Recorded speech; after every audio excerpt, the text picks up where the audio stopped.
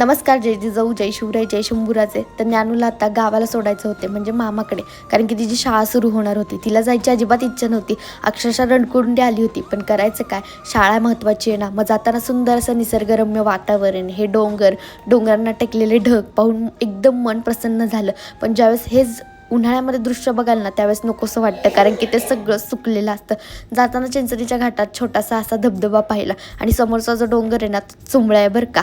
काळभैरवनाथाचं दर्शन घेतलं आणि आलो मोळमध्ये. ज्ञानूला सोडलं आणि घरी आलो, कारण की घरी येऊन झाडलोट करायची होती आणि घराची साफसफाई देखील करायची होती. घरी आल्या गेल्या बघितलं तर काय, पावसामुळे अख्ख्या भिंतींना थेटं लागलं होतं आणि सगळी घराच्या भिंतींना शेवाळ झालं होतं. बाबू काकाच्या घरी गेलो आणि मस्त अशी जांभळं आणली आणि तिथे गेल्यावरती बघतोय का, सोनूची आणि शिर्डीची लागलेली भांडणं. लय हसू येत होतं.